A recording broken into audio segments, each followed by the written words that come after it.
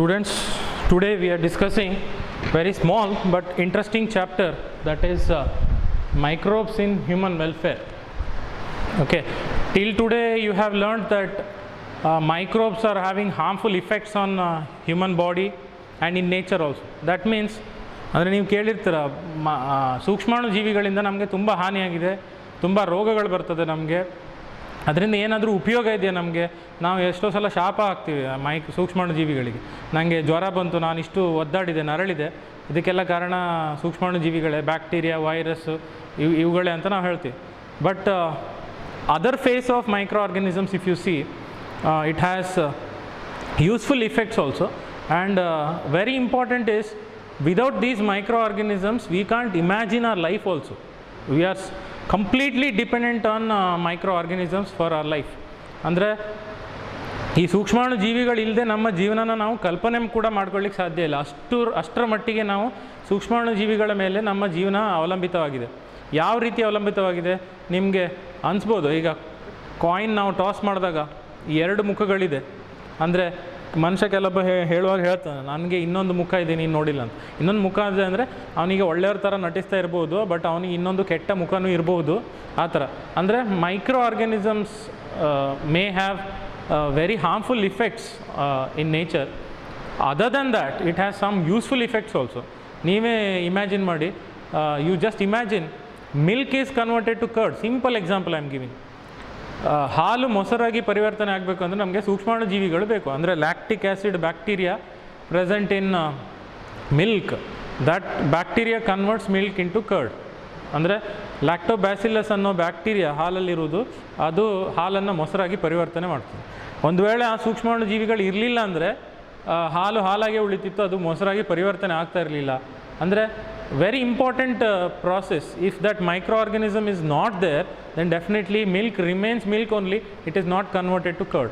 That means what are the useful effects of microorganisms, other phase of microorganism, we will discuss today in our class. That is chapter, you can see, microbes in human welfare. Okay, that means microbes means microorganisms, andre ಸೂಕ್ಷ್ಮಾಣು ಜೀವಿಗಳು in human welfare.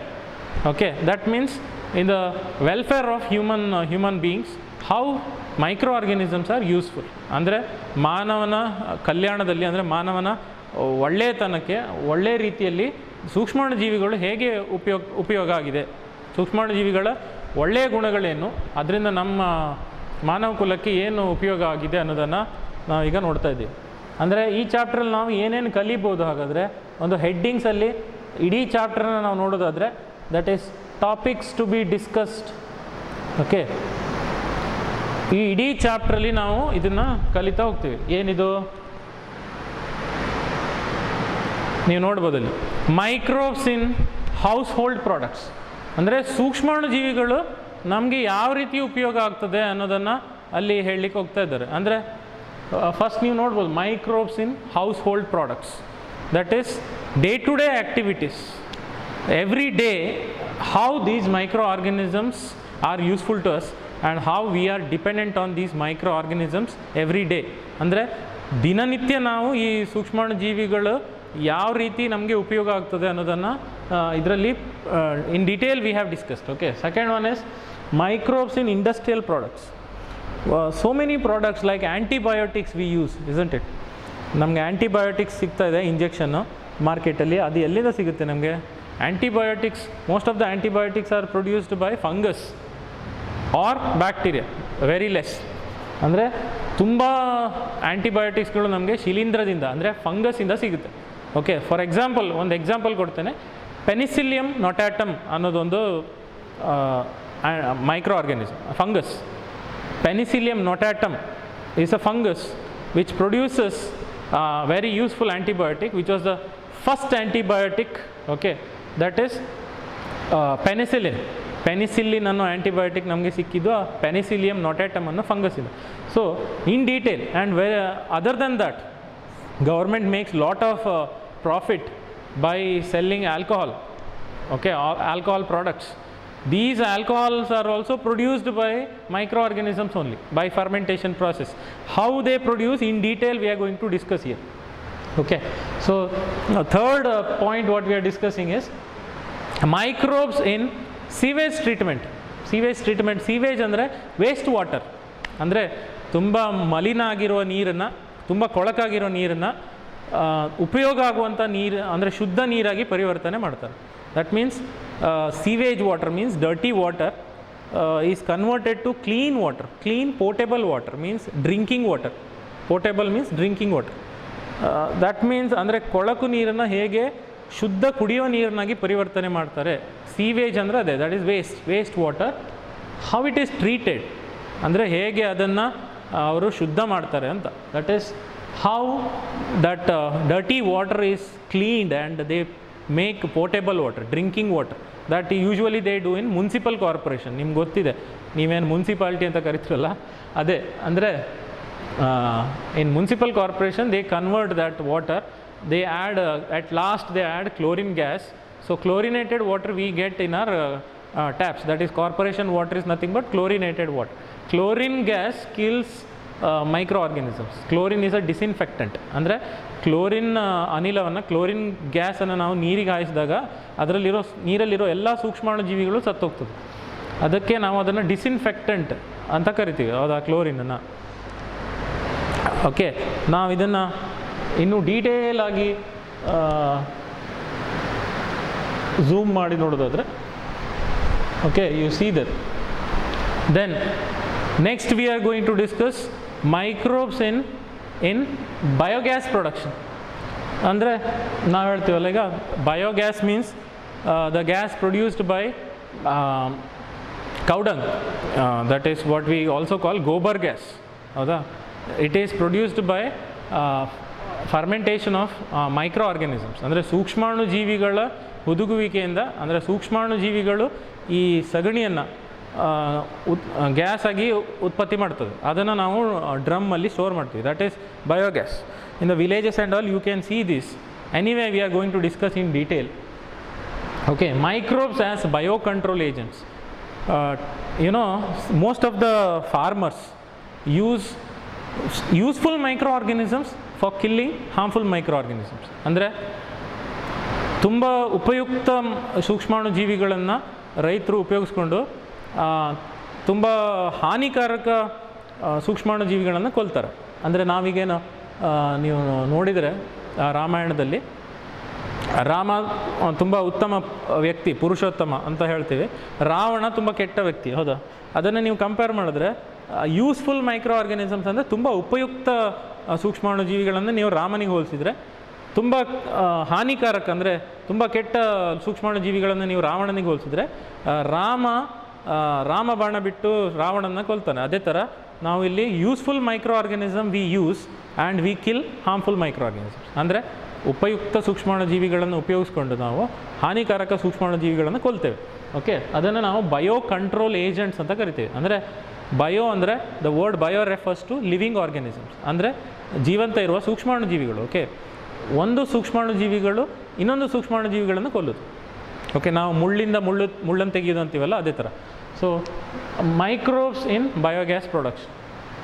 So ನಿಮ್ಗೆ ಅನ್ಸ್ಬೋದು ನಾನು ಯಾಕೆ ಇವತ್ತು ಕನ್ನಡದಲ್ಲೂ ಹೇಳ್ತಾ ಇದ್ದೀನಿ ಅಂತ. ಯಾಕಂದರೆ ತುಂಬ ಸ್ಟೂಡೆಂಟ್ಸಿಗೆ ಪೂರ್ತಿ ಇಂಗ್ಲೀಷಲ್ಲಿ ಹೇಳಿದರೂ ಅರ್ಥ ಆಗೋದು ಕಷ್ಟ ಆಗಿದೆ. ಅದಕ್ಕೆ ನಾನು ಎರಡನ್ನೂ ಯೂಸ್ ಮಾಡ್ತಾಯಿದ್ದೀನಿ. That is English also. ಒಂದು ಸೆಂಟೆನ್ಸ್ ಇಂಗ್ಲೀಷಲ್ಲಿ ಹೇಳಿದ್ರೆ ಅದನ್ನು ಆ್ಯಸ್ ಇಟ್ ಈಸ್ ಕನ್ನಡದಲ್ಲಿ ಹೇಳ್ತಾ ಇದ್ದೀನಿ. ಓಕೆ, ಪೂರ್ತಿ ಕನ್ನಡನಲ್ಲ, ಪೂರ್ತಿ ಇಂಗ್ಲೀಷಲ್ಲ, ಇಂಗ್ಲೀಷ್ ಕನ್ನಡ ಎರಡು. ಓಕೆ, ಅದಂದರೆ ನಿಮಗೆ 100% ಎಲ್ಲ ಸ್ಟೂಡೆಂಟ್ಸಿಗೆ ಪೂರ್ತಿಯಾಗಿ ಅರ್ಥ ಆಗಲಿ ಅಂತ. Okay, but in exam definitely you have to write in English only. Okay, so next last part ಈ ಚಾಪ್ಟ್ರಲ್ಲಿ, that is microbes as biofertilizers. ಅಂದರೆ most of the farmers use chemical fertilizers, isn't it. Chemical fertilizers ಅಂದರೆ ಈಗ ರಾಸಾಯನಿಕ ಗೊಬ್ಬರನ ಉಪಯೋಗಿಸ್ತಾರೆ. ಅಂದರೆ ಅದರಲ್ಲಿ that contains chemicals. Okay, chemical fertilizers have lot of ill effects on the soil. ನಿಮ್ಗೆ ಗೊತ್ತಿದೆ, ಅಂದರೆ ಮಣ್ಣಿನ ಮೇಲೆ ತುಂಬ ದುಷ್ಪರಿಣಾಮ ಬೀರ್ತದೆ ಅದು. If you use chemical fertilizers it may pollute ground water, the underground water it may pollute, because in rainy season these chemicals will seep in the soil, it will go down in the soil, it will percolate in the soil, and finally it meets groundwater. And when these chemicals mix groundwater, it pollutes groundwater. Okay, ಅಂದರೆ ಈ ನಾವೇನು ರಾಸಾಯನಿಕ ಗೊಬ್ಬರ ಉಪಯೋಗಿಸ್ತೀವಿ, ಆ ರಾಸಾಯನಿಕ ಗೊಬ್ಬರ ಮಣ್ಣಿನಲ್ಲಿ ಇಂಗಿ ಹೋಗಿ ಕೆಳಗೆ ಅಂತರ್ಜಲದಲ್ಲಿ ಮಿಕ್ಸ್ ಆಗ್ಬೋದು. ಅಂತರ್ಜಲಕ್ಕೆ ಸೇರಿ ಅಂತರ್ಜಲ ಏನಿದೆಯಲ್ಲ, ಕೆಳಗಡೆ ನೀರು, ಮಣ್ಣಿನ ಕೆಳಗಡೆ ನೀರು, ಅದು ಕಲುಷಿತ ಆಗ್ಬೋದು ಅಂತ. ಆ ನೀರನ್ನು ನಾವು ಕುಡಿದ್ರಿಂದ ನಮಗೆ ತುಂಬ ಡಿಸೀಸ್ ಬರ್ಬೋದು. We may get so many disease by drinking that underground water. Then chemical fertilisers may give very good yield for some 2 to 3 years. ಅಂದರೆ ರಾಸಾಯನಿಕ ಗೊಬ್ಬರ ಉಪಯೋಗಿಸೋದ್ರಿಂದ ರೈತರಿಗೆ ತುಂಬ ಒಳ್ಳೆ ಬೆಳೆ ಬರ್ತದೆ, ಒಂದು 2-3 ವರ್ಷ ಮಾತ್ರ. After 3rd year the yield decreases. ಅಂದರೆ 3 ವರ್ಷದ ನಂತರ ಆ ಬೆಳೆ ಬರುವಂಥದ್ದು ಏನಿದೆಯಲ್ಲ, ಬೆಳೆಯ ಪ್ರಮಾಣ ಕಡಿಮೆ ಆಗ್ತಾ ಹೋಗ್ತದೆ, ಅಂದರೆ ಹೆಚ್ಚು ಅವರಿಗೆ ಬೆಳೆ ಸಿಗೋದಿಲ್ಲ. Then very important is chemical fertilizers will kill soil borne microorganisms and soil borne organisms which are useful to farmers. ಅಂದರೆ ರೈತರ ಮಿತ್ರ ಅಂತ ಹೇಳ್ತೀವಲ್ಲ ನಾವು, farmers friend, that is earthworm. These chemical fertilizers are poisonous. It may kill earthworms. Earthworms are very important to the farmer because it makes soil loose. Okay, it makes soil porous.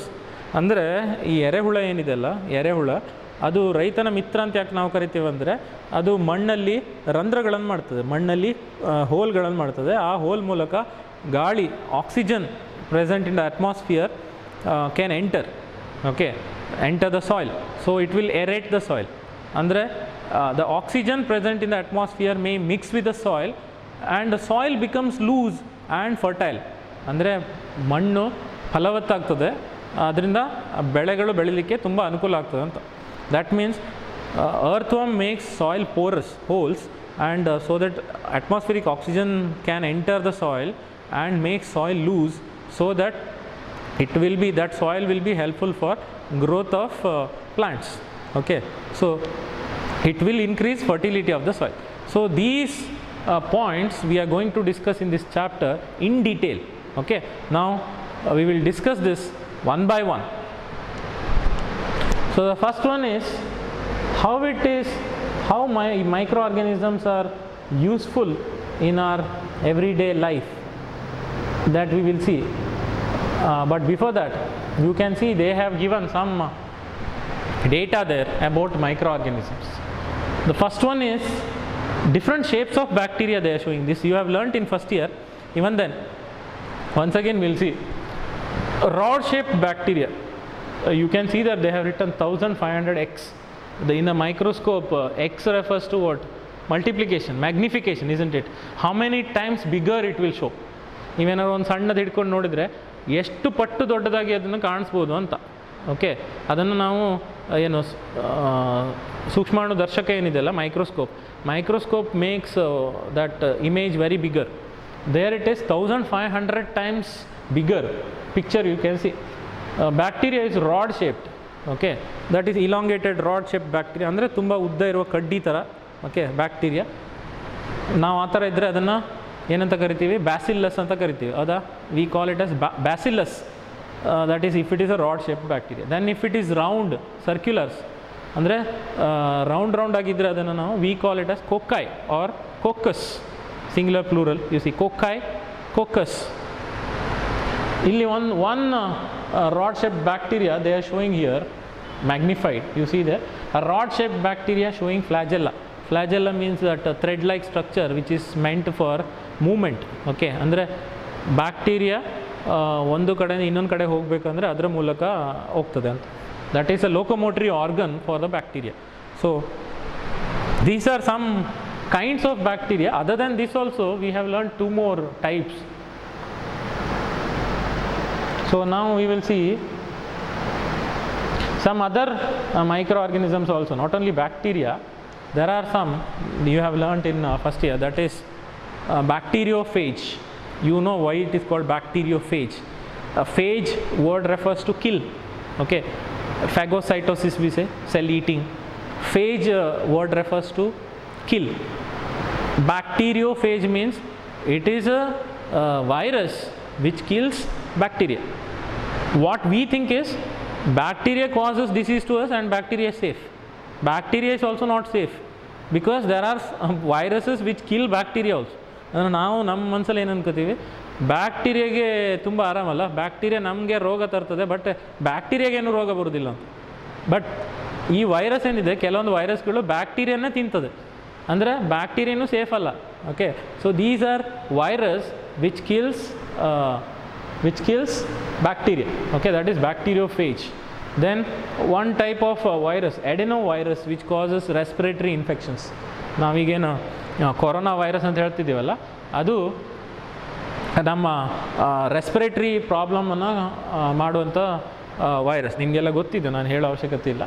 ಅಡೆನೋವೈರಸ್ is virus group which causes respiratory infections, ಅಂದರೆ ಶ್ವಾಸಕೋಶದಲ್ಲಿ ಪ್ರಾಬ್ಲಮನ್ನು ತರುವಂಥದ್ದು. Okay, then you see here tobacco mosaic virus. First virus ಕಂಡುಹಿಡಿದಿದ್ದು ನಿಮ್ಗೆ ನೆನಪಿದೆಯಲ್ಲ, first ಇಯರಲ್ಲಿ. In first year you have learn this chapter. That is Pasteur D J. Ivanovsky, scientist, for the first time. Okay, he isolated tobacco mosaic virus. Tobacco mosaic ವೈರಸ್ನ first time ಅವನು ಪ್ಲ್ಯಾಂಟಿಂದ ತೆಗಿತಾನೆ, tobacco ಪ್ಲ್ಯಾಂಟಿಂದ. Okay, so that is this rod shape bacteria, tobacco mosaic virus. This is a electron microscope view. Okay, that is 1 lakh to, sorry, not 1 lakh, yeah, 1 lakh to 1,50,000 times bigger. 1 lakh to 1,50,000 times bigger, ಅಂದರೆ 1,00,000ದಿಂದ 1,50,000 ಪಟ್ಟು ದೊಡ್ಡದಾಗಿ ತೋರಿಸ್ತಾ ಇದ್ದಾನೆ electron ಮೈಕ್ರೋಸ್ಕೋಪಲ್ಲಿ.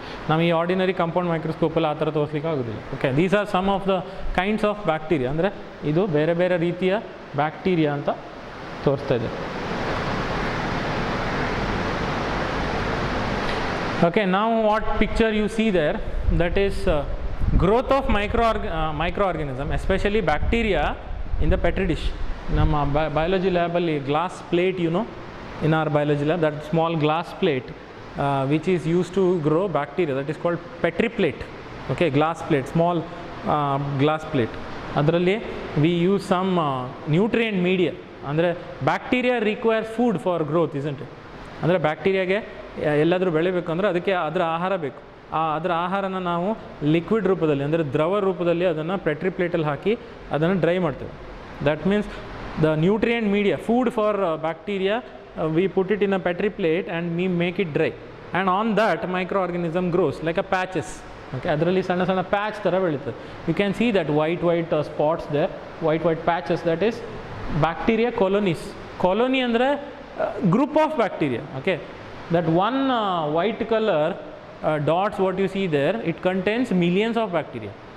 ಅಂದರೆ ಅಲ್ಲಿ ಒಂದು ಸಣ್ಣ ಬಿಳಿ ಚುಕ್ಕೆ ನೀವು ನೋಡ್ತಾ ಇದ್ದೀರಲ್ಲ, ಅದರಲ್ಲಿ ಲಕ್ಷಗಟ್ಟಲೆ ಬ್ಯಾಕ್ಟೀರಿಯಾ ಇರುತ್ತೆ, ಕೋಟಿಗಟ್ಟಲೆ ಬ್ಯಾಕ್ಟೀರಿಯಾ ಇರುತ್ತೆ. Together all those bacteria we call colonies. ಅಂದರೆ ಅದೆಲ್ಲ ಬ್ಯಾಕ್ಟೀರಿಯಾಗಳನ್ನು ನಾವು ಒಟ್ಟಿಗೆ ಸೇರಿಸಿ ಒಂದು ಕಾಲೋನಿ ಅಂತ ಹೇಳ್ತೀವಿ. Okay, and second picture you see, this is a fungal colony growing in a petri dish, ಅಂದರೆ ಶಿಲೀಂಧ್ರಗಳು, fungus growing in a petri plate, same like bacteria, but the food used is different. ಅಂದರೆ nutrient media used will be different for bacteria, different for fungus. ಅಂದರೆ ಆಹಾರ ಏನು ಉಪಯೋಗಿಸ್ತೀವಲ್ಲ ಸೂಕ್ಷ್ಮಾಣುಜೀವಿಗಳಿಗೆ, ಬ್ಯಾಕ್ಟೀರಿಯಾಗಳಿಗೆ ಬೇರೆ ಆಹಾರ, ಫಂಗಸ್ಗೆ ಬೇರೆ ಆಹಾರ. Other than that it is same method. Okay, so these are the microorganisms. In first year we have learned this microorganisms in different way, that it is very harmful to us, it causes diseases and we suffer. The other phase of bacteria or microorganism is it is useful to us. You see that picture, the person eating food there, fermented food. This food is also produced because of microorganisms, and that in a cup they are showing curd there. That curd ಅಂದರೆ ಮೊಸರು, ಅದನ್ನು ಕೂಡ ಸೂಕ್ಷ್ಮಾಣುಜೀವಿಗಳನ್ನೇ ಉತ್ಪತ್ತಿ ಮಾಡಿದ್ದು, ಸೂಕ್ಷ್ಮಾಣುಜೀವಿಗಳಿಂದಲೇ ಆಗಿದ್ದು ಅಂತ. Milk is converted to curd, so curd is produced because of lactobacillus bacteria. Without that bacteria you cannot make curd. ಹೌದಾ? ಅಂದರೆ ಆ ಬ್ಯಾಕ್ಟೀರಿಯಾ ಇಲ್ಲದೇ ಇದ್ದರೆ ನಿಮಗೆ ಮೊಸರನ್ನು ಮಾಡಲಿಕ್ಕೆ ಆಗ್ತಾ ಇರಲಿಲ್ಲ. That means every day we use this, okay, in a house hold products that is produced by microorganisms. So first point we are discussing, that is you saw the picture there, that is microbes in household products. We in the introduction topics to be covered we discussed. Under that first topic is use of microorganisms in household products. ಅಂದರೆ every day in a kitchen or in the house, what all products are produced by microorganisms. ಅಂದರೆ ಪ್ರತಿನಿತ್ಯ ಅಡುಗೆ ಕೋಣೆಯಲ್ಲಿ ನಾವು ಏನೇನು ಅಡುಗೆನ ತಯಾರಿಸ್ತೀವೋ, how many types of food we prepare, not only in the kitchen, in the market, in the bakery, what all foods you get. Okay, ಅಂದರೆ ಮಾರ್ಕೆಟಲ್ಲಿ ನಮಗೆ ಬೇಕ್ರಿಲಿ ಏನೇನು ಫುಡ್ಗಳು ಸಿಗ್ತಾ ಇದೆಯಲ್ಲ, ಏನೇನು ಆಹಾರ ಸಿಗ್ತಾ ಇದೆಯಲ್ಲ, ಅದೆಲ್ಲ ತಯಾರಿಸೋದು ಸೂಕ್ಷ್ಮಾಣುಜೀವಿಗಳಿಂದನೇ ಅಂತ. So without micro organisms we can't imagine our life. ಅಂದರೆ ಸೂಕ್ಷ್ಮಾಣುಜೀವಿಗಳಿಲ್ಲದೆ ನಮ್ಮ ಜೀವನನ ನಾವು ಕಲ್ಪನೆ ಮಾಡ್ಕೊಳ್ಳಿಕ್ಕೂ ಸಾಧ್ಯ ಇಲ್ಲ. ಯಾಕಂದರೆ ಸೂಕ್ಷ್ಮಾಣುಜೀವಿಗಳಿಲ್ಲ ಅಂದರೆ ನಮ್ಮ ದೇಹದಲ್ಲಿ ಯಾವ ಆಹಾರನೂ ನಮಗೆ ಸಿಗೋದಿಲ್ಲ ಅಂತ. ಅಂದರೆ ನಮ್ಮ ನಿಸರ್ಗದಲ್ಲಿ ಯಾವ ಆಹಾರನೂ ನಮಗೆ ಸಿಗ್ಲಿಕ್ಕೆ ಸಾಧ್ಯ ಇಲ್ಲ ಅಂತ. ಸೊ ಯಾವ ಆಹಾರನೂ ಸಿಗೋದಿಲ್ಲ ಅಂತಲ್ಲ, ಕೆಲವೊಂದು ಆಹಾರಗಳು ಸಿಗ್ಬೋದು, ಆದರೆ ತುಂಬ ಆಹಾರಗಳಿಗೆ ನಾವು ಸೂಕ್ಷ್ಮಾಣುಜೀವಿಗಳನ್ನೇ ಅವಲಂಬಿಸಿದ್ದೇವೆ. Okay, which all foods we can make by using microorganisms, we'll see now one by one with a picture. Okay, I used this PPT to show you all these pictures. Simply, instead of writing on the board, and some chapter needs imagination, and some things like, if I say there is one drink in south, okay, that is taken from palm trees, ಅದಕ್ಕೆ ನಾವು toddy ಅಂತ ಕರಿತೀವಿ, toddy. So if I say toddy, most of you have not seen toddy. Okay, so better to show how toddy looks like. ಅಂದರೆ ನಾನು ಈಗ ಸೌತಲ್ಲಿ, ಅಂದರೆ ಕೇರಳದಲ್ಲಿ ಮತ್ತು ತಮಿಳ್ನಾಡಲ್ಲೆಲ್ಲ ಒಂದು ಡ್ರಿಂಕ್ ಯೂಸ್ ಮಾಡ್ತಾರೆ, ಆಲ್ಕೋಹಾಲಿಕ್ ಅಲ್ಲ, ಸ್ವಲ್ಪ ಆಲ್ಕೋಹಾಲ್ ಕಂಟೆಂಟ್ ಇರ್ತದೆ, ಬಟ್ ಅದು ಎಲ್ಲ ಶಾಪಲ್ಲೆಲ್ಲ ಸಿಗ್ತದೆ, ಅದಕ್ಕೆ ಹಾಲಿನ ಥರ ಇರ್ತದೆ ಅದು, ಅದಕ್ಕೆ ಟಾಡಿ ಅಂತ ಕರೀತಾರೆ. ಓಕೆ, ಅದನ್ನು ನಾನು ಸುಮ್ಮನೆ ಹೇಳಿದರೆ ನಿಮಗೆ ನೀವು ಕಲ್ಪನೆ ಮಾಡ್ಕೊಳ್ತೀರಿ ಏನೋ ಅಂತ. ಅದ್ರ ಬದಲು ನಾನು ನಿಮಗೆ ತೋರಿಸ್ಬೋದು ಯಾವ ಮರದಿಂದ ತೆಗಿತಾರೆ ಮತ್ತು ಹೇಗೆ ಕಾಣ್ತದೆ ಅದು ಅಂತ. So instead of show you, instead of just discussing, better to show you. ಹೌದಾ, ಸುಮ್ಮನೆ ಏನೋ ಹೇಳೋ ಬದಲು ನಿಮ್ಗೆ ತೋರಿಸ್ಬೋದು. ಅದಕ್ಕಾಗಿ ನಾನು ಈ PPTನ ಯೂಸ್ ಮಾಡ್ತಾ ಇದ್ದೇನೆ. ನೀವು ನೋಡಿ, first topic to be discussed, microbes in household products. The first micro organism which we use most in our kitchen, that is lactobacillus or lactic acid bacteria, in short lab anta karitare. Lab andre L stands for lactic, A stands for acid, B stands for bacteria. So it is lactic acid bacteria. ನಮಗೆ ಗೊತ್ತು, word lacta refers to milk. ಹೌದಾ, ನಾವು lactometer use ಮಾಡ್ತೇವೆ. we use lactometer to measure density of milk, thickness of milk. ಆ ಹಾಲು ದಪ್ಪ ಇದೆಯೋ ಅಥವಾ ನೀರು ಮಿಕ್ಸ್ ಮಾಡಿದಾರೋ ಅದನ್ನು ನಾವು ಕಂಡುಹಿಡಲಿಕ್ಕೆ ನಾವು ಲ್ಯಾಕ್ಟೋಮೀಟರ್ ಯೂಸ್ ಮಾಡ್ತೀವಿ. ಹೌದಾ, so word lacta refers to milk. The bacteria which is present in milk is lactobacillus. ಅಂದರೆ ಯಾವ ಬ್ಯಾಕ್ಟೀರಿಯಾಗಳಿದೆ ಹಾಲಲ್ಲಿ ಅಂದರೆ ಲ್ಯಾಕ್ಟೋಬ್ಯಾಸಿಲಸ್ ಬ್ಯಾಕ್ಟೀರಿಯಾ ಇದೆ. So it is called as bacillus because of it shape. ಅದಕ್ಕೆ ಬ್ಯಾಸಿಲಸ್ ಅಂತ ಕರೆದು ಅದರ ಶೇಪ್, ಅದರ ಗಾತ್ರ ಅಥವಾ ಆಕಾರದ ಮೇಲೆ ಅದು ಉದ್ದವಾಗಿದೆ. It is long, elongated, rod-like structure, so we call it as bacillus. It is present in the milk, so it is lactobacillus. You can see the second picture there, that is nothing but yogurt or what is that? Buttermilk. This is curd, okay, ghee. ನಾವು ಅಂದರೆ ಹಾಲು, ಬೆಣ್ಣೆ, ತುಪ್ಪ, ಮೊಸರು ಇದನ್ನೆಲ್ಲ ನಾವು ಹಾಲಿಂದನೇ ಉತ್ಪತ್ತಿ ಮಾಡೋದಲ್ಲ. ಅಂದರೆ ಮೊಸರು, ಬೆಣ್ಣೆ, ತುಪ್ಪನೆಲ್ಲ ನಾವು ಹಾಲಿಂದನೇ ಮಾಡ್ತೇವೆ. ಅದಕ್ಕೆ so these are all products which are produced because of lactobacillus. ಅಂದರೆ ಈ ಲ್ಯಾಕ್ಟೋಬ್ಯಾಸಿಲಸ್ ಬ್ಯಾಕ್ಟೀರಿಯಾದಿಂದನೇ ಈ ಎಲ್ಲ ಉತ್ಪನ್ನಗಳು ನಮಗೆ ಸಿಗ್ತದೆ. Okay, so first one you see the point there, it converts, lactobacillus bacteria converts milk to curd by producing acids that coagulate and partially digest the milk proteins. ಅಂದರೆ that means how milk is converted to curd. Lactic acid bacteria present in the milk coagulates milk, okay, and it splits the partially digests milk proteins. ಅಂದರೆ milk proteins ಏನಿದೆಯಲ್ಲ ಹಾಲಲ್ಲಿ ಅದನ್ನು partial ಆಗಿ, ಅಂದರೆ ಪೂರ್ತಿಯಾಗಿ ಅದು digest ಮಾಡೋದಿಲ್ಲ, ಸ್ವಲ್ಪ ಮಾತ್ರ ಅದು ಡೈಜೆಸ್ಟ್ ಮಾಡಿ, partially digest and converts it into curd. And one more important point is there, we have to use curd every day along with the food what we consume. ಅಂದರೆ ಪ್ರತಿದಿನ ನಾವು ಆಹಾರ ತಗೊಳ್ಳುವಾಗ ಊಟ ಆದ ನಂತರ ನಾವು ಮಜ್ಜಿಗೆ ಅಥವಾ ಮೊಸರನ್ನು ಕುಡಿದು ಒಳ್ಳೆಯದು. ಯಾಕಂದರೆ not only lactic acid bacteria will be present which is useful to our body, ಅಂದರೆ ಲ್ಯಾಕ್ಟೋಬ್ಯಾಸಿಲಸ್ ಬ್ಯಾಕ್ಟೀರಿಯಾ ನಮ್ಮ ದೇಹಕ್ಕೂ ಬೇಕು. ಅದರ ಜೊತೆಗೆ ವಿ ಗೆಟ್ ವೈಟಮಿನ್ B12, ಅಂದರೆ ನಮ್ಮ ದೇಹಕ್ಕೆ ಬೇಕಾಗುವಂಥ ವಿಟಮಿನ್ B12 ನಮಗೆ ಸಿಗ್ತದೆ ಅದರಿಂದ, curd contains vitamin B12. Okay, so one more is there, why lactobacillus bacteria is useful to our body. ನಮ್ಮ ದೇಹಕ್ಕೆ ಈ ಲ್ಯಾಕ್ಟೋಬ್ಯಾಸಿಲಸ್ ಬ್ಯಾಕ್ಟೀರಿಯಾ ಯಾಕೆ ಬೇಕಂದರೆ ನಮ್ಮ ಹೊಟ್ಟೆಯಲ್ಲಿರುವಂಥ, ಅಂದರೆ ನಮ್ಮ ದೇಹದಲ್ಲಿರುವಂಥ ಎಸ್ಪೆಷಲಿ ನಮ್ಮ ಹೊಟ್ಟೆಯಲ್ಲಿರುವಂಥ ಸೂಕ್ಷ್ಮಾಣುಜೀವಿಗಳು, ಅಂದರೆ ತುಂಬ ವಿನಾಶಕಾರಿ ಸೂಕ್ಷ್ಮಾಣುಜೀವಿಗಳನ್ನು ಸಾಯಿಸಲಿಕ್ಕೆ ಈ ಲ್ಯಾಕ್ಟೋಬ್ಯಾಸಿಲಸ್ ಯೂಸ್ಫುಲ್ ಆಗಿದೆ.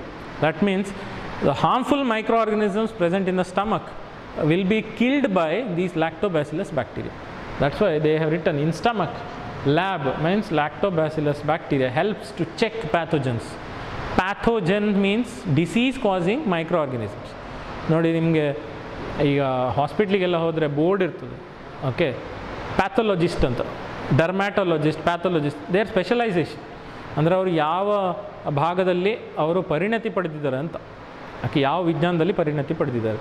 ಈಗ ವೆನ್ ಯು ಗೋ ಟು ನಿಮಗೆ ಹಲ್ಲು ತೆಗಿಸ್ಬೇಕು ಅಂದರೆ ನೀವು ಡೆಂಟಿಸ್ಟ್ ಹತ್ರ ಹೋಗ್ತೀರಲ್ವ, ಹೌದಲ್ಲ, ಅಂದರೆ ದಂತ ವೈದ್ಯ ಅಂತ ನಾವೇನು ಹೇಳ್ತೀವಿ. ಅದೇ ಥರ pathologist means after MBBS they do MD, okay, in pathology, ಅಂದರೆ ಅವರು ಅದರಲ್ಲಿ ಸ್ಪೆಷಲಿಸ್ಟ್ ಅಂತ. Pathos word refers to disease. Gen means to produce, ಅಂದರೆ ನಾವು ಕನ್ನಡದಲ್ಲಿ ಜನಕ ಅಂತ ಹೇಳ್ತೀವಿ ತಂದೆಗೆ, ಓಕೆ, ಅದೇ ರೀತಿ ಜೆನ್ ಅಂದರೆ word GEN to produce. That means pathogens ಅಂದರೆ ಡಿಸೀಸ್ ಕಾಸಿಂಗ್ ಮೈಕ್ರೋ ಆರ್ಗನಿಸಮ್ಸ್, ಅಂದರೆ ಯಾವ ಸೂಕ್ಷ್ಮಾಣು ಜೀವಿಗಳು ನಮಗೆ ರೋಗ ತರ್ತದೋ ಅದಕ್ಕೆ ನಾವು ರೋಗಕಾರಕಗಳು ಅಂತ ಕರಿತೀವಲ್ವ, ಅದೇ ರೀತಿ we call here it as pathogens. You know that most of the words in biology are from either Latin or Greek. Okay, very less words we get from English. Most of the biology words are from Greek or Latin. Okay, because the scientists, most of the scientists who dedicated their life to biology are from Greece. Sorry. So Britishers, what we are talking about, Englishmen. Okay, so next.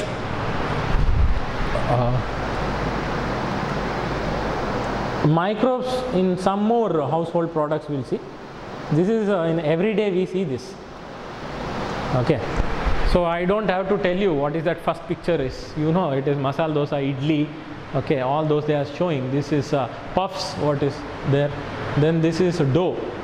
Dough ಅಂದರೆ ದೋಸೆ ಮಾಡುವಾಗ ಏನು ಇದು ಮಾಡ್ತೀವಲ್ಲ, ಏನು ಹಿಟ್ಟು ಕಲಸಿ ಅದೇ ಥರ ಇದು ಡೋ. ಇದು ಬ್ರೆಡ್ ಮೇಕಿಂಗ್, ಅಂದರೆ ಬ್ರೆಡ್ ಮಾಡುವಾಗ ಏನು ದಪ್ಪ ಲೋಮಿ ಸ್ಟ್ರಕ್ಚರ್ ಮಾಡ್ತೀವಲ್ಲ ಅದು. Okay, then bacterial fermentation or anaerobic respiration is in dough is use to make foods such as dosa, idli and all. ಅಂದರೆ ದೋಸೆ ಮತ್ತು ಇಡ್ಲಿ ಮಾಡುವಾಗ ನಿಮ್ಗೆ ಗೊತ್ತಿರಬೇಕು, ಸಡನ್ನಾಗಿ ಅದನ್ನು ಮಾಡೋದಿಲ್ಲ, ಅಂದರೆ ಅಕ್ಕಿನ ನೆನೆಸಿಡ್ತಾರೆ, ನಿಮ್ಗೆ ಗೊತ್ತಿರಬೇಕು. Directly you cannot make idli or dosa. Okay, you know that rice is kept in water. Rice is soaked in water one day before making that dosa. ಅಂದರೆ ಒಂದು ದೋಸೆ ಮಾಡಬೇಕಂದ್ರೆ ಇವತ್ತು ಬೆಳಗ್ಗೆ ನಿನ್ನೆ ನಾವು ಅಕ್ಕಿ ನೆನೆಸಿಡ್ತೀವಿ, ಅಂದರೆ ಅಕ್ಕಿಯನ್ನು ನೀರಲ್ಲಿ ಹಾಕಿ ಇಡ್ತೀವಿ ಒಂದು whole night. Next day morning ಅದನ್ನು ನಾವು ರುಬ್ಬಿ, ಅಂದರೆ we put it in grinder and make it dough ಅಂದರೆ ಏನು, ದೋಸೆ ಹಿಟ್ಟು. Okay, that when they put that dosa, you know, there are holes in the dosa. That holes are because of carbon dioxide produced by microorganisms. What is that process happens in whole night then? ಅಂದರೆ ಒಂದು ರಾತ್ರಿಲಿ ಏನಾಗ್ಬಿಡ್ತದೆ, ಅಕ್ಕಿ ನೆನೆಸಿಟ್ಟಾಗ ಅಲ್ಲಿ ಏನು ಸೂಕ್ಷ್ಮಾಣು ಜೀವಿಗಳೇನಿದೆಯಲ್ಲ ಅದು fermentation ಮಾಡ್ತದೆ. Fermentation ಅಂದರೆ ನಾವು ಕನ್ನಡದಲ್ಲಿ ಹುದುಗುವಿಕೆ ಅಂತ ಕರಿತೀವಿ, ನೀವು ಓದಿರ್ತೀರ ಹೈಸ್ಕೂಲ್ ಡೇಸಲ್ಲಿ. ಅಂದರೆ it converts Ra materials into final products. ಅಂದರೆ ಕಚ್ಚಾ ವಸ್ತುಗಳೇನಿದೆಯಲ್ಲ ಆ ಕಚ್ಚಾ ವಸ್ತುಗಳನ್ನು ಕೊನೆಯ ಪ್ರಾಡಕ್ಟಾಗಿ ಕನ್ವರ್ಟ್ ಮಾಡ್ತದೆ. ಒಂದು ಸಿಂಪಲ್ ಎಕ್ಸಾಂಪಲ್ ಕೊಡ್ತೇನೆ. ಚಪಾತಿ ಹೆಂಗೆ ಮಾಡ್ತಾರಂತ ಎಲ್ಲರಿಗೂ ಗೊತ್ತಿದೆ. ಚಪಾತಿ ಮಾಡುವಾಗ ನಮ್ಗೆ ಏನೇನು ಕಚ್ಚಾ ವಸ್ತುಗಳು ಬೇಕು, ಅಂದರೆ to make chapati what all things are required to us, you know. First is wheat flour is required. Wheat flour ಗೋಧಿ ಹಿಟ್ಟು ಬೇಕು. ಆಮೇಲೆ some people add a little sugar, some people add little salt, then water is required, some people add little oil. ಅಂದರೆ ಸ್ವಲ್ಪ ಎಣ್ಣೆ ಮತ್ತು ಕೆಲವರು ಸ್ವಲ್ಪ ಸಕ್ಕರೆ, ಉಪ್ಪು ಮತ್ತು ಗೋಧಿ ಹಿಟ್ಟು ನೀರು ಹಾಕಿ ಮಿಕ್ಸ್ ಮಾಡಿ ಅದನ್ನು ಹಿಟ್ಟು ಮಾಡ್ತಾರೆ, isn't it? That is nothing but dough. ಅಂದರೆ ನಾವು ಚಪಾತಿ ಹಿಟ್ಟು ಕಲಿಸಿದಾಗ ಆ ದೊಡ್ಡ ಬಾಲ್ ಥರ ನಾವು ಮಾಡ್ತೀವಲ್ಲ, ಅದೆಲ್ಲ that is dough. Okay, so finally we make it flat, we roll it, okay, then we make chapati. Chapati is a final product, okay, ಅಂದರೆ ಕೊನೆಯ ಉತ್ಪನ್ನ ಅದು ನಮ್ಗೆ ಸಿಗೋದು ಚಪಾತಿ. ಅದನ್ನು ಮಾಡ್ಬೇಕಾದ್ರೆ ನಮ್ಗೆ ಏನೇನು ವಸ್ತುಗಳು ಬೇಕು, ಅದೇ ಗೋಧಿ ಹಿಟ್ಟು, that is wheat flour, sugar, salt, oil, water, all this is raw material. Okay, ಅಂದರೆ ರೈಸ್, ರಾ ರೈಸ್ ಅಂದರೆ ಅಕ್ಕಿ ಮತ್ತು ನಾವು ನೀರು ಅದೆಲ್ಲ ಕಚ್ಚಾ ವಸ್ತುಗಳು. ಫೈನಲಿ ನಮಗೆ ಹಿಟ್ಟು ಸಿಗ್ತದಲ್ಲ, ಏನು ಹಿಟ್ಟು, ಡೋ, ಓಕೆ, ದೋಸೆ ಹಿಟ್ಟು, ಅದು ಫೈನಲ್ ಪ್ರಾಡಕ್ಟ್. ಅದರಿಂದ ನಾವು ದೋಸೆ ಮಾಡ್ತೀವಿ, ದೋಸೆ ಮಾಡಿದಾಗ ಅದು final product. Okay, so fermentation means converting raw materials to final product. But while converting this raw material to final product, what is useful, that is micro organisms. ಅಂದರೆ what converts these raw materials into final product. ಯಾವುದು ಕಚ್ಚಾ ವಸ್ತುಗಳನ್ನು ಕೊನೆಯ ಉತ್ಪನ್ನವಾಗಿ ಪರಿವರ್ತನೆ ಮಾಡ್ತದೆ, ಅದಕ್ಕೆ ಉಪಯೋಗ ಆಗುವಂಥದ್ದು ಮೈಕ್ರೋ ಆರ್ಗನಿಸಮ್ಸ್. ಓಕೆ, ಸೂಕ್ಷ್ಮಾಣುಜೀವಿಗಳು. So fermentation is nothing but converting raw materials to final product by the help of micro organisms. Okay, micro organisms convert raw materials to final product. ಅದೇ fermentation. that happens without oxygen. That is why we call it as anaerobic respiration. Respiration are of two types, you have learnt in first year. ಹೌದಾ? ಉಸಿರಾಟ ಕ್ರಿಯೆಯಲ್ಲಿ ಎರಡು ರೀತಿ ಇದೆ, ಒಂದು ಆಮ್ಲಜನಕ ಸಹಿತ, ಇನ್ನೊಂದು ಆಮ್ಲಜನಕ ರಹಿತ. That means aerobic respiration means it involves oxygen. Oxygen is required for this. We are aerobic microorganisms, we are aerobic organisms because we need oxygen for survival. There are some organisms which survive in anaerobic condition. That means where there is no oxygen, even then they can survive. ಅಂದರೆ ಆಮ್ಲಜನಕ ಇಲ್ಲದೇ ಇದ್ದರೂ ಕೆಲವೊಂದು ಜೀವಿಗಳು ಬದುಕುವಂಥ ಶಕ್ತಿಯನ್ನು ಹೊಂದಿರ್ತದೆ. ಅದಕ್ಕೆ ಅವು ಯಾವ ರೀತಿ ಉಸಿರಾಡ್ತದೆ ಹಾಗಾದರೆ, ದಟ್ ಆಮ್ಲಜನಕ ರಹಿತ, ಅವುಗಳಿಗೆ ಆಮ್ಲಜನಕ ಬೇಕು ಅಂತಿಲ್ಲ. They can use carbon dioxide also. Okay, so they are anaerobic. So this fermentation, what happens there, converting raw materials to final product, is an anaerobic respiration. We also call it as fermentation, isn't it? The process is called fermentation. So ಅಂದರೆ ದೋಸೆ ಮತ್ತು ಇಡ್ಲಿ ಮಾಡೋದ್ರಲ್ಲಿ ಇಷ್ಟೆಲ್ಲ process ಇದೆ. ಹುಡುಗರಿಗೆ ಈ ವಿಷಯ ತುಂಬ ಜನಕ್ಕೆ ಗೊತ್ತೇ ಇರೋದಿಲ್ಲ, ಅಂದರೆ ಯಾಕಂದರೆ ಅಡುಗೆನೇ ಮಾಡಿರೋದಿಲ್ಲ. ಓಕೆ, ಹೆಂಗಸರಿಗೆ ಹುಡುಗಿರಿಗೆ ಡೆಫಿನೆಟ್ಲಿ ಇದು ಗೊತ್ತಿದೆ. ಓಕೆ, ಆ ದೋಸೆ ಹಿಟ್ಟು ಮಾಡುವಾಗ ಏನು ಮಾಡಬೇಕು ಅಂತ. ಸಡನ್ನಾಗಿ ದೋಸೆ ಹಿಟ್ಟು ಮಾಡಲಿಕ್ಕೆ ಆಗೋದಿಲ್ಲ, ಅಂದರೆ ಒಂದಿನ ಮುಂಚೆ ಅಕ್ಕಿ ನೀರಲ್ಲಿ ಹಾಕಿಡಬೇಕು ಅಂತ.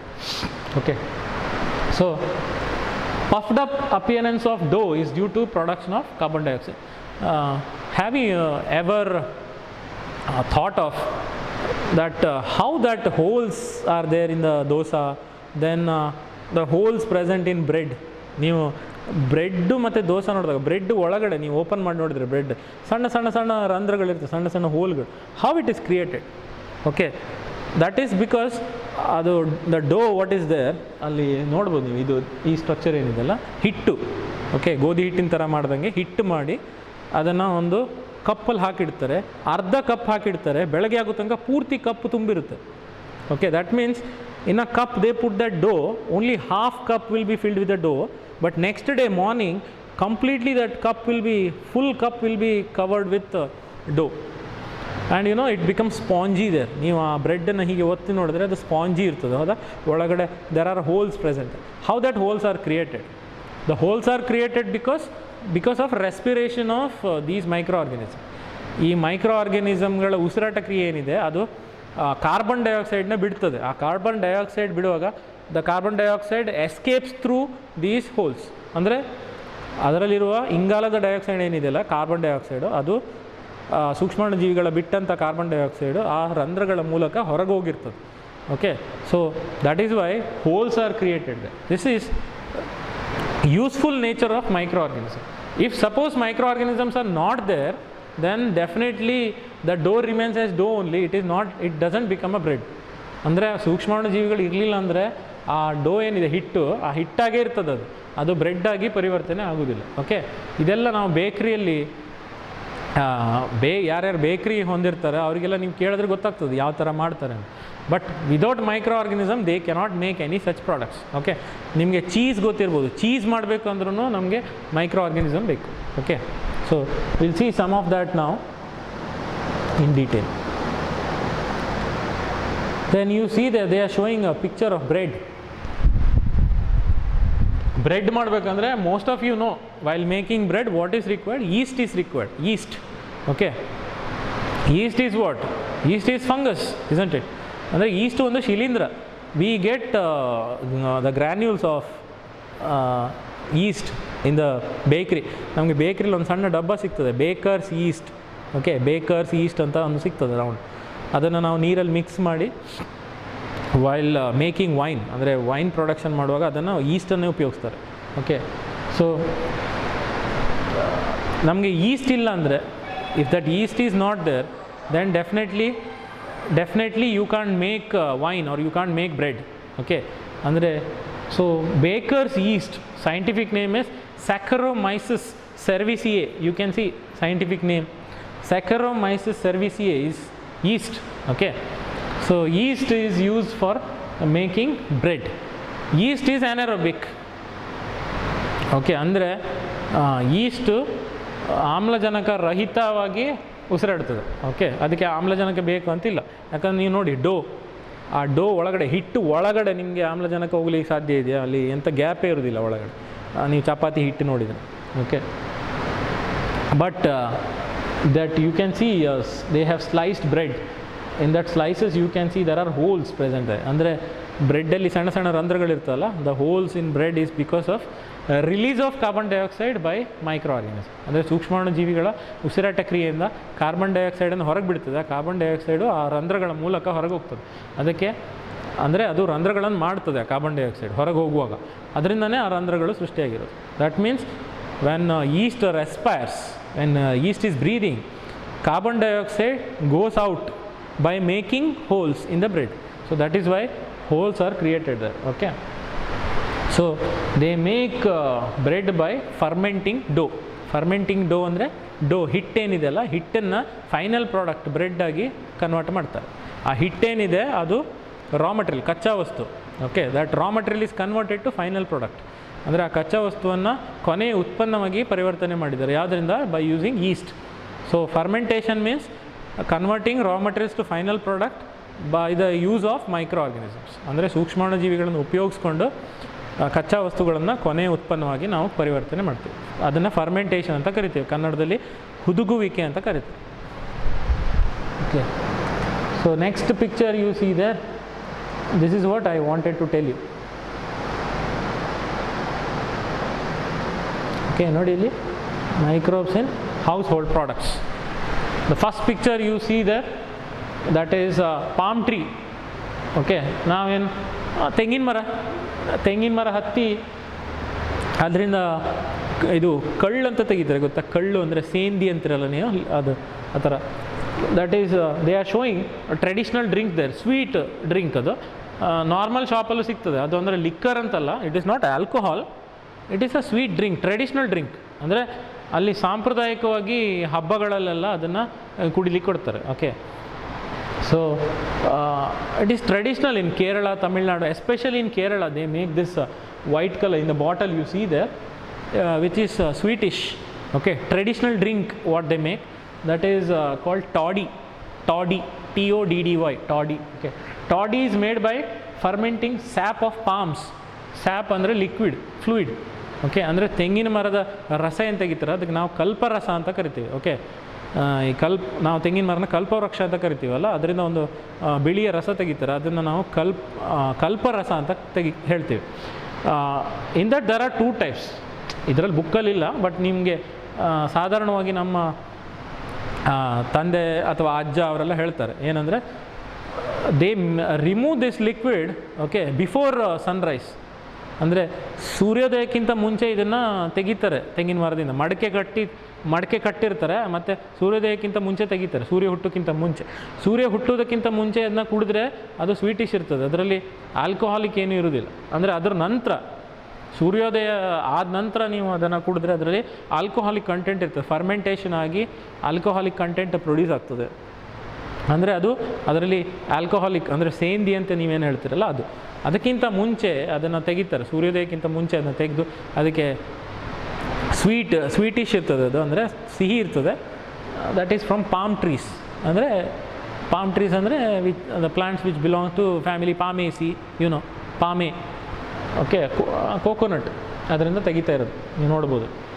Then toddy is made by fermenting sap of palm. ಅಂದರೆ they remove that liquid or fluid from coconut tree, okay, and they ferment it by using microorganisms. ಅಂದರೆ ಸೂಕ್ಷ್ಮಾಣುಜೀವಿಗಳನ್ನು ಉಪಯೋಗಿಸ್ಕೊಂಡು by using microorganism they convert this raw material into final product. That final product is toddy. ಅಂದರೆ ಕೊನೆಯದಾಗಿ ನಮ್ಗೆ ಸಿಗೋದು ಉತ್ಪನ್ನ sweet ಆಗಿರುವಂಥ traditional drink, ಅಂದರೆ ಸಾಂಪ್ರದಾಯಿಕ ಏನು ಡ್ರಿಂಕ್ ಅಂತ ಹೇಳ್ತಿರಲ್ಲ ಅದು, that is toddy. Then not only toddy, for fermenting fish, soybean, bamboo shoots and to produce cheeses, you know.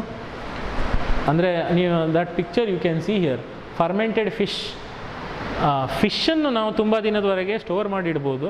ಅದನ್ನು ಕಟ್ ಮಾಡಿ ಅದನ್ನು ಮೈಕ್ರೋ ಆರ್ಗನಿಸಮ್ ಯೂಸ್ ಮಾಡ್ತಾರೆ, ಸೂಕ್ಷ್ಮಾಣು ಜೀವಿಗಳನ್ನು ಯೂಸ್ ಮಾಡಿ ಅದನ್ನು ಫೈನಲ್ ಪ್ರಾಡಕ್ಟಾಗಿ ಕನ್ವರ್ಟ್ ಮಾಡ್ತಾರೆ. Okay, fermented fish. Then fermented bamboo shoots. ಇಲ್ಲಿ ಕನ್ನಡದಲ್ಲಿ ಅದಕ್ಕೆ ಏನು ಕಳಲೆ ಅಂತ ಹೇಳ್ತಾರೆ. ಕಳಲೆ ಅಂದರೆ ಗೊತ್ತಾ ನಿಮಗೆ? ಬ್ಯಾಂಬೂ ಶೂಟ್ಸ್ ಅಂದರೆ ಬಿದಿರಿನ ಕಾಂಡ, ಬೇರಿನ ಭಾಗ ಏನಿರ್ತಲ್ಲ ಅಲ್ಲಿ ಅದನ್ನು ಕಟ್ ಮಾಡ್ತಾರೆ. ನಮಗೆ ಮಾರ್ಕೆಟಲ್ಲಿ ಸಿಗ್ತದೆ ಉದ್ದುದ ಕಳಲೆ ಅಂತ. Okay, they make pickles also, they make so many dishes, even to sambar also they add this. Okay, fermented bamboo shoot, very very tasty. Then this is fermented soyabean, you can see there in the picture. Soyabeans and soya chunks what we get, no soyabean ಉಂಡೆ ಥರ ಸಿಗ್ತದಲ್ಲ ನಮಗೆ ಸಣ್ಣ ಸಣ್ಣದು. Okay, that is this is fermented soyabean. By using micro organism they convert it to very useful dish. ಅಂದರೆ soybean ಉಪಯೋಗಿಸ್ಕೊಂಡು ಒಂದು ಒಳ್ಳೆಯ ಡಿಶ್ ಪ್ರೊಡ್ಯೂಸ್ ಮಾಡ್ತಾರೆ. ಓಕೆ, ಒಳ್ಳೆಯ ಉತ್ಪನ್ನ ಪ್ರೊಡ್ಯೂಸ್ ಮಾಡ್ತಾರೆ. Then next if you see cheese production. Okay, cheese production ನಾವು ಎಲ್ಲ ರೀತಿ ನಾವು ಚೀಸ್ ಮಾಡಬೇಕಂದ್ರೆ ಅಲ್ಲಿ ನಮಗೆ ಮೈಕ್ರೋ ಆರ್ಗನಿಸಮ್ಸ್ ಬೇಕು, especially fungus. You see there first one Swiss cheese. Swiss cheese ಅನ್ನೋ ಒಂದು type, it's one type of cheese. Okay, that word Swiss ನಾವು ಹೇಳ್ತೀವಲ್ಲ, I had been to Swiss last year. ಅಂದರೆ Switzerland they are talking about. ಅಂದರೆ the country which makes it. Okay, it will be popularized by that name, like Swiss cheese. Then Roquefort cheese ನೋಡಿ ಅಲ್ಲಿ ಬರೆದಿದೆ, Roquefort cheese. You can say Roquefort cheese also. Swiss cheese has large holes due to production of carbon dioxide. So for making Swiss cheese, which fungus they use or which bacteria they use? While making Swiss cheese they use bacteria. Name of the bacteria is Propionibacterium shermani. Okay, the name is like that. You can see there, the scientific name is Propionibacterium shermani, double I, last year, shermani bacteria. By using this bacteria they produce Swiss cheese. It makes large holes and it gives very good texture to this cheese. ಅಂದರೆ ಆ cheese ನೋಡ್ಲಿಕ್ಕೆ ತುಂಬ ಚೆಂದ ಕಾಣ್ತದೆ, ಅದರಲ್ಲಿ ದೊಡ್ಡ ದೊಡ್ಡ holes ಇರ್ತದೆ ಮತ್ತು ಅದಕ್ಕೆ ತುಂಬ ಒಳ್ಳೆ ಫ್ಲೇವರ್, ಅಂದರೆ ತುಂಬ ಒಳ್ಳೆ ಸ್ಮೆಲ್ ಇರ್ತದೆ. That is all because of these micro organisms, especially Propionibacterium shermani. Can you tell me why there are large holes present in the Swiss cheese? It is because of release of carbon dioxide. ಅಂದರೆ Propionibacterium shermani bacteria, during its respiration, breathing, it releases carbon dioxide and makes holes. Okay, so large holes in Swiss cheese is because of bacteria Propionibacterium shermani. Then Roquefort cheese is ripened by growing fungus Penicillium roqueforti on them. That's why that name is given, Roquefort cheese, because they make cheese, Roquefort cheese, but it will not have that flavour smell. ಅಂದರೆ ರಾಕಿಫೋರ್ಟ್ cheese ಮಾಡ್ತಾರೆ ಅವರು, ಮಾಡಿದ ನಂತರ ಹಾಲಿನ ಉತ್ಪನ್ನದಿಂದ ಮಾಡ್ತಾರೆ, ಅದರ ನಂತರ ಅದಕ್ಕೆ ಒಳ್ಳೆ ಸ್ಮೆಲ್ ಇರೋದಿಲ್ಲ. ಒಳ್ಳೆ ಸ್ಮೆಲ್, ಒಳ್ಳೆ ಫ್ಲೇವರ್ ಬೇಕಂದ್ರೆ ಅದ್ರ ಮೇಲೆ ಆ ಚೀಸ್ ಮೇಲೆ ನಾವು ಫಂಗಸ್ನ ಬಿಡಬೇಕು, ಅಂದರೆ ಫಂಗಸ್ನ ಬೆಳಿಲಿಕ್ಕೆ ಬಿಡಬೇಕು. Okay, so they allow these fungus that is penicillium roqueforti, okay, to grow on these cheese.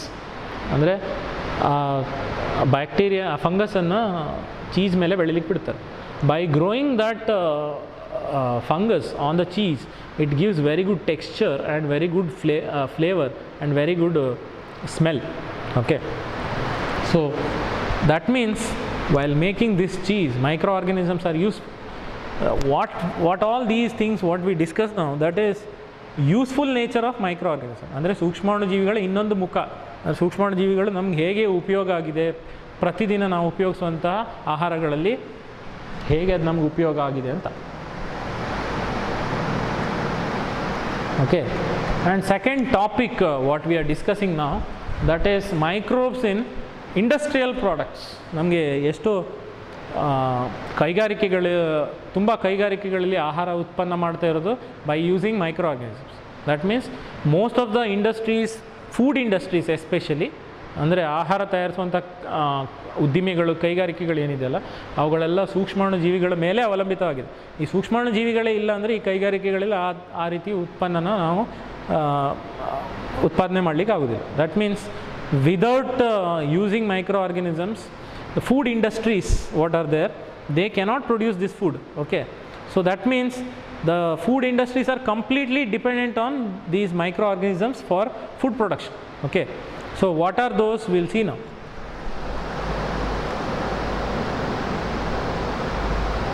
You see that pictures what they are showing.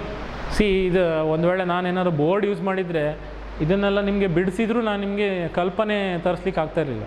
Okay, so some chapters we need these things to show. Okay, but I usually don't use PowerPoint presentation, I usually use board only. But some of the students won't get imagination in their mind how these fermenters or bioreactors looks like. Okay, ದೊಡ್ಡ ದೊಡ್ಡ ಪಾತ್ರೆ ಥರ ದೊಡ್ಡ ದೊಡ್ಡ ವೆಸೆಲ್ಗಳೇನಿರ್ತಲ್ಲ ಅದ್ರ ಕಲ್ಪನೆ ಬರೋದಿಲ್ಲ ಕೆಲವೊಂದು ಸ್ಟೂಡೆಂಟ್, ನೋಡಿರೋದಿಲ್ಲ. So better to show. Okay, so industries use process called fermentation. And the food industries, they use a process called fermentation. That means converting raw materials to final product by using microorganisms. ಅಂದರೆ ಈ ಕಚ್ಚಾ ವಸ್ತುಗಳೇನಿದೆಯಲ್ಲ, ಮೂಲ ವಸ್ತುಗಳು, ಅವುಗಳು final ಅಂದರೆ ಕೊನೆಯ ಉತ್ಪನ್ನ ಆಗಿ ನಾವು ಮಾರ್ಕೆಟಲ್ಲಿ ಬರ್ತದಲ್ಲ, ಆ ಉತ್ಪನ್ನ ಆಗಿ ನಾವು ಪರಿವರ್ತನೆ ಮಾಡ್ತೀವಿ. ಅದಕ್ಕೆ